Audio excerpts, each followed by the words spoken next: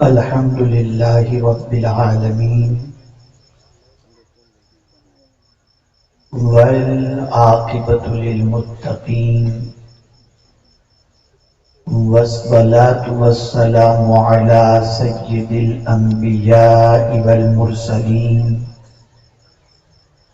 وعلى آله وأصحابه الطيبين الطاهرين أما بعد فأعوذ بالله من الشيطان الرجيم بسم الله الرحمن الرحيم إن ربك لبالمرصاد صدق الله العظيم. قابل قدر علماء ذوی الاحترام، سادات کرام، حاضرین و حاضرات بزم، السلام علیکم ورحمۃ اللہ وبرکاتہ. جس آیہ کریمہ کی تلاوت کا میں نے شرف حاصل کیا، اس سے متعلق کچھ معروضات پیش کرنے سے پیشتر آقا کریم رؤوف الرحیم علیہ التحیۃ والتسلیم کی بارگاہ بے کس پناہ میں جس طریقے سے میں پڑھاؤں عقیدت و محبت میں ڈوب کر اسی طریقے سے درود و سلام کا نذرانہ پیش کریں. الصلاۃ والسلام علیک یا رسول اللہ، الصلاۃ والسلام علیک یا حبیب اللہ، الصلاۃ والسلام علیک یا نبی اللہ، الصلاۃ والسلام علیک یا نور اللہ وعلی آلک واصحابک یا حبیب اللہ صلی اللہ تعالی علیہ وسلم. میرے پیارے آقا صلی اللہ تعالی علیہ وسلم کے پیارے دیوانوں اور خواتین اسلام، ایک ایمان افروز ولولہ انگیز دلوں کو جھنجھوڑنے والا اصلاحی خطاب مجھ سے پیشتر محب گرامی حضرت مولانا سید امین القادری صاحب سے آپ نے سماعت فرمایا. میں بھی تھوڑی دیر میں کچھ باتیں عرض کرنے کی سعادت حاصل کروں گا. اللہ رب العزت مجھے حق کہنے اور آپ سب کو حق سننے کی توفیق عطا فرمائے. آج کے اس جلسے کا عنوان ہے اصلاح معاشرہ کانفرنس. کوئی چیز جب بگڑ جاتی ہے تو اس کی اصلاح کی ضرورت ہوتی ہے. کسی نہ بگڑی ہوئی چیز کی اصلاح کی ضرورت نہیں ہوتی. معاشرہ بنتا ہے انسانوں سے. انسان بگڑ گیا تو معاشرہ بگڑ گیا، اور انسان سنور گیا تو معاشرہ سنور گیا. آج اگر ہم معاشرے کا جائزہ لیں اور انسانوں کی زندگی کا جائزہ لیں تو میرے پیارے آقا صلی اللہ تعالی علیہ وسلم کے پیارے دیوانوں، ایسا محسوس ہوتا ہے کہ راستہ دکھانے والے خود بھٹکے ہوئے نظر آتے ہیں. یہ قوم جو دوسروں کو جینے کا سلیقہ سکھانے والی تھی، آج یہی قوم بھٹکتی بھی نظر آ رہی ہے، بگڑی بھی نظر آ رہی ہے، آوارگی کے راستے پر نظر آ رہی ہے. وہ کون سا گناہ ہے جس سے ہماری قوم کا دامن آلودہ نہ ہو؟ مجھے 4 آیتیں پیش کرنی ہیں اور مختصر سی گفتگو کرنی ہے، لیکن میں چاہوں گا کہ قرآن کی ان 4 آیتوں کو آج کے بعد ہمیشہ دل و دماغ کے اندر محفوظ رکھیں. انشاءاللہ العظیم آپ کے قدم گناہوں کی طرف بڑھنے سے رک جائیں گے. انسان گناہ کیوں کرتا ہے؟ کچھ وجہ ہوتی ہے گناہ کرنے کی. گناہ کو وہ دل سے برا ضرور جانتا ہے، لیکن جب گناہ کرنا چاہتا ہے تو اکیلا پن اکیلا ہو، ایسی جگہ ہو جہاں کوئی دیکھنے والا نہ ہو، ایسی جگہ جا کر کے وہ گناہ کرنا چاہتا ہے، چھپ کر گناہ کرتا ہے، کمرے کی چار دیواری میں گناہ کرتا ہے، بد کرداری کے اڈے پر پہنچنے سے پہلے دائیں بائیں دیکھتا ہے کہ کوئی دیکھنے والا تو نہیں، تب جا کر کے وہ گناہ کرتا ہے، اور اپنا ملک چھوڑ کر پردیس میں زندگی گزار رہا ہو تو ادھر بھی یہ خیال کرتا ہے کہ کسی پہچان والے کو میرے گناہ کے بارے میں معلوم نہ ہو اور میں اپنے شناساؤں سے پہچان والوں سے بچ کر کے گناہ کروں۔ یہ ایک پہلی وجہ ہوتی ہے گناہ کرنے کی، یعنی گناہ کی طرف بڑھنے کی اور گناہ کرنے کے لیے قدم بڑھانے کی، جب پورا یقین ہو جاتا ہے کہ کوئی دیکھنے والا نہیں تب وہ گناہ کرتا ہے۔ اب قرآن نے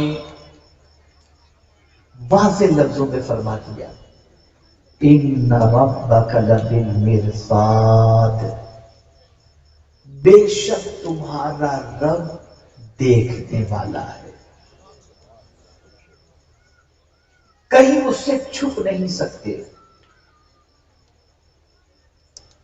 کوئی ایسی جگہ نہیں ہے جہاں چھپ کر کے تم اللہ عز و جل سے گناہ کر سکو۔ قرآن کہتا ہے ان اللہ لا یخفی علیہ شیء فی الارض ولا فی السماء، بے شک زمین اور آسمان میں کوئی چیز ایسی نہیں جو اللہ سے پوشیدہ ہو، اللہ سے چھپی ہوئی ہو۔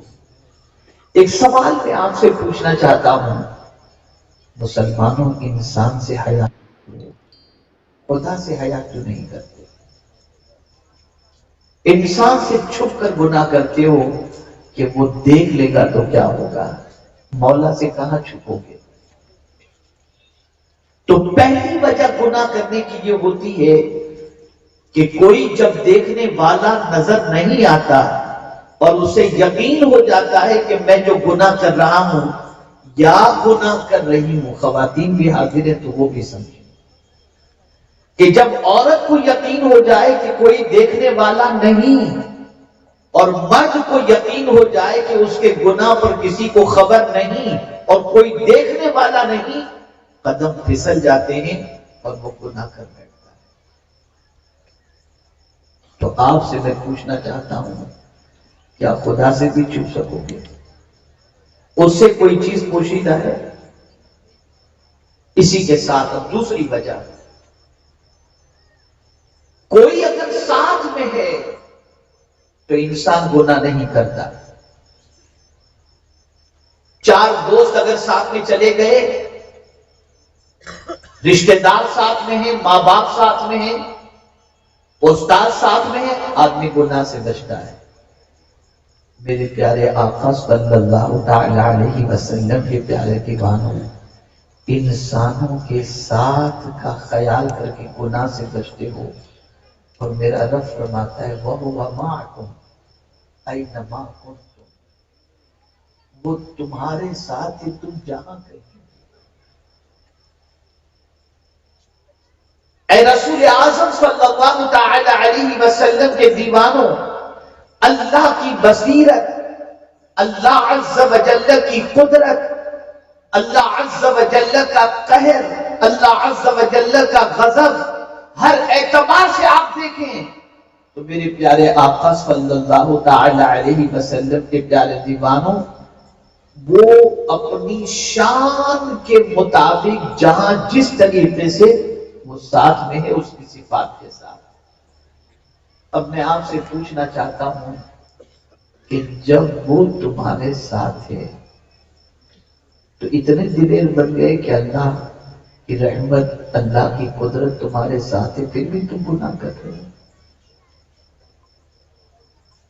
پھر بھی گناہ کر رہے ہو۔ ایک تصور اور انسان کے ذہن میں گناہ کے لیے آتا ہے کہ میں فون پہ بات کر رہا ہوں، واٹس ایپ پہ چیٹنگ کر رہا ہوں یا کر رہی ہوں، کسی کو خبر نہیں، اور جب یہ یقین ہو جاتا ہے کہ کسی کو خبر نہیں، اور آج کل تو عالم یہ ہے کہ مرد بھی اپنے موبائل کا پاسورڈ بیوی کو نہیں بتاتا، عورت اپنے شوہر کو اپنے موبائل کا پاسورڈ نہیں بتاتی، دونوں ایک دوسرے کے موبائل کو اوپن کر کے نہیں دیکھ سکتے، چھپاتے ہیں۔ انسان میسج کرتا ہے چھپ چھپا کر کرتا ہے، کسی سے بات کرتا ہے چھپ چھپا کے کرتا ہے، اور یہ تصور کرتا ہے کسی کو خبر نہیں۔ تو مولا فرماتا ہے یعلم خائنۃ الاعین وما تخفی الصدور، اس سے تمہارا دل کا بھید بھی چھپا ہوا نہیں، یہ تو وہ بھی جانتا ہے۔ اب میں آپ سے پوچھنا چاہتا ہوں، جب اللہ سے چھپ کر تم گناہ نہیں کر سکتے اور تمہارے دل کا کوئی بھید ایسا نہیں جو رب قدیر جل جلالہ کو معلوم نہ ہو اور وہ نہ جانتا ہو، تو پھر تم کہاں چھپ کر کے کسی سے بات کرو گے، ملو گے؟ اے رسول اعظم صلی اللہ علیہ وسلم کے دیوانوں، جب کبھی دل میں ایسا خیال آئے کہ اکیلے میں گناہ کریں تو اس وقت یہ تصور ذہن میں بٹھا لو کہ مولا فرماتا ہے وَهُوَ مَعَكُمْ أَيْنَمَا كُنتُمْ، وہ تمہارے ساتھ ہے تم جہاں کہیں بھی ہو۔ جہاں چھپ کر گناہ کرنے کا خیال آئے کہ کوئی دیکھنے والا نہیں، تو یہ تصور قائم کرنا کہ مولا دیکھ رہا ہے۔ اور جب کبھی تمہارا دل یہ سوچے کہ میں اگر کسی سے مل رہا ہوں یا بات کر رہا ہوں یا واٹس ایپ کر رہا ہوں یا پھر فیس بک پر یا ٹویٹر پر چیٹنگ کر رہا ہوں، کسی کو خبر نہیں، اس وقت اللہ کا یہ فرمان دل و دماغ کے اندر محفوظ کر لینا۔ اللہ فرماتا ہے یعلم خائنۃ الاعین وما تخفی الصدور۔ اب چوتھی آیت غور سے سنو۔ انسان گناہ کرتا ہے تو کبھی یہ سوچ کے کرتا ہے میرا کوئی کیا بگاڑ دے گا، کیا بگاڑ دے گا، میں جو چاہوں کروں۔ جیسے مالدار انسان، سرمایہ دار انسان، بڑا انسان جو چاہے کرنے کے لیے تیار ہو جاتا ہے اور سوچتا ہے کہ میرا کوئی کیا بگاڑ لے گا، ان کے سلسلے میں چوتھی آیت بیان کی ہے ان اخذہ علیم شدید ان بطش ربک لشدید، بے شک تیرے رب کی پکڑ بہت سخت ہے۔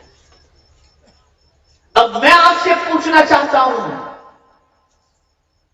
جب یہ آیات بتا رہی ہیں کہ نہ چھپ کر گناہ کر سکتے ہو اور نہ اکیلے میں گناہ کر سکتے ہو اور نہ کسی سے گناہ کی بات کر سکتے ہو، اور تمہارا مولا جو ہے اپنی پکڑ فرمائے تو اس کی پکڑ بہت سخت ہے، تو پھر گناہ کہاں جا کر کے کرو؟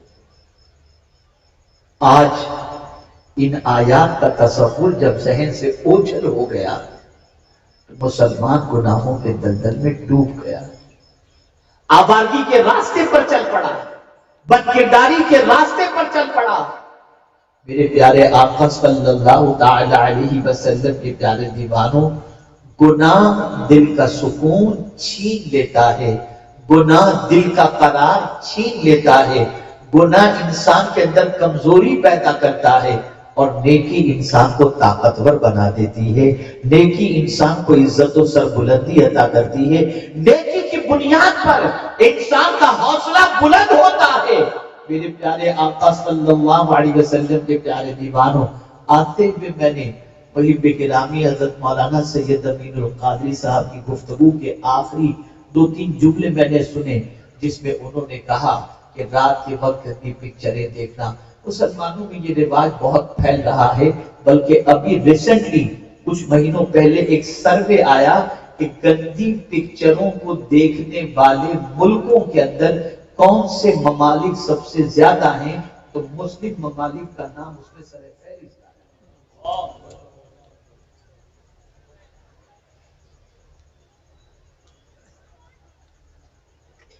اے رسول اعظم صلی اللہ علیہ وسلم کے دیوانوں، کیا کر رہے ہو؟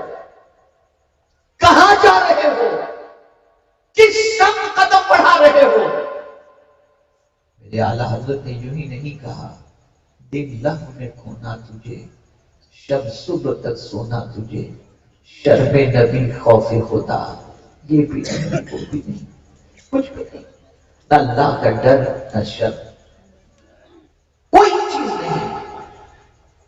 رسول اعظم صلی اللہ علیہ وسلم کو منہ دکھانا ہے قبر کے اندر، یہ خیال بھی ذہن سے نکل گیا۔ ارے بہت سارے بزرگان دین، خود امام عشق و محمد جیسا عظیم ولی کامل جب رسول اعظم صلی اللہ علیہ وسلم کے مواجہ اقدس کی قریب بڑھتے ہیں تو قدم لڑکھڑاتے ہیں، کانپ جاتے ہیں، اور کانپتے ہوئے کہتے ہیں اللہ اکبر۔ رسول اعظم صلی اللہ علیہ وسلم کی بارگاہ میں کہ یہ منہ آپ کو دکھانے کے لائق ہے؟ رک جاتے ہیں کہ گناہ سے آلودہ یہ چہرہ، یہ وجود آپ کے مواجہ کے سامنے لے کر کے حاضر ہونے کے لائق نہیں، لیکن پھر کہتے ہیں امید کے طور پر تجھ سے منہ چھپاؤں تو کروں کس کے سامنے، تجھ سے منہ چھپاؤں تو کروں کس کے سامنے، کیا اور کسی سے بھی توقع نظر کی ہے؟ اے رسول اعظم صلی اللہ علیہ وسلم کے دیوانوں، نگاہوں کی حفاظت کرو۔ کس طریقے سے؟ پوچھو سیدی حضور مفتی اعظم ہند علیہ الرحمہ سے، کہتے ہیں کچھ ایسا کر دے میرے کردگار آنکھوں میں، ہمیشہ نقش رہے روئے یار آنکھوں میں، انہیں نہ دیکھا تو کس کام کی ہے یہ آنکھیں، کہ دیکھنے کی ہے ساری بہار آنکھوں میں۔ تمنا ہے تو یہ کہ حضور کا جلوہ دیکھیں، اللہ نے آنکھ دی ہے جمال مصطفیٰ صلی اللہ علیہ وسلم دیکھنے کے لیے۔ ایمان اتنا کمزور ہو گیا، اتنا کمزور ہو گیا کہ اب یہ تڑپ اور جذبہ بھی ختم ہو چکا ہے، ایک دم ختم ہو چکا ہے، الا ماشاء اللہ۔ ہر رات دعوت پر گناہوں کے دھبے بڑھتے ہیں۔ کیا کوئی رات ایسی بھی آئی جس میں آپ سوتے وقت اس تصور کے ساتھ درود شریف اور وضو کر کے سوئے ہوں کہ آج مجھے خواب میں مصطفیٰ پیارے کا دیدار نصیب ہو جائے؟ یہ ایسی رات ہے۔ آپ ذرا سوچو، آج ہماری قوم کیا دیکھ رہی ہے، آج ہمارے نوجوان راتوں کو کیا دیکھ رہے ہیں۔ اب آئیے، بہت زندگی گناہوں میں گزار چکے، بہت ہماری زندگی میں گناہ ہم سے سرزد ہو چکے۔ اب ایک واقعہ عرض کرتا ہوں، پلٹ آؤ طرف اس واقعے کی روشنی۔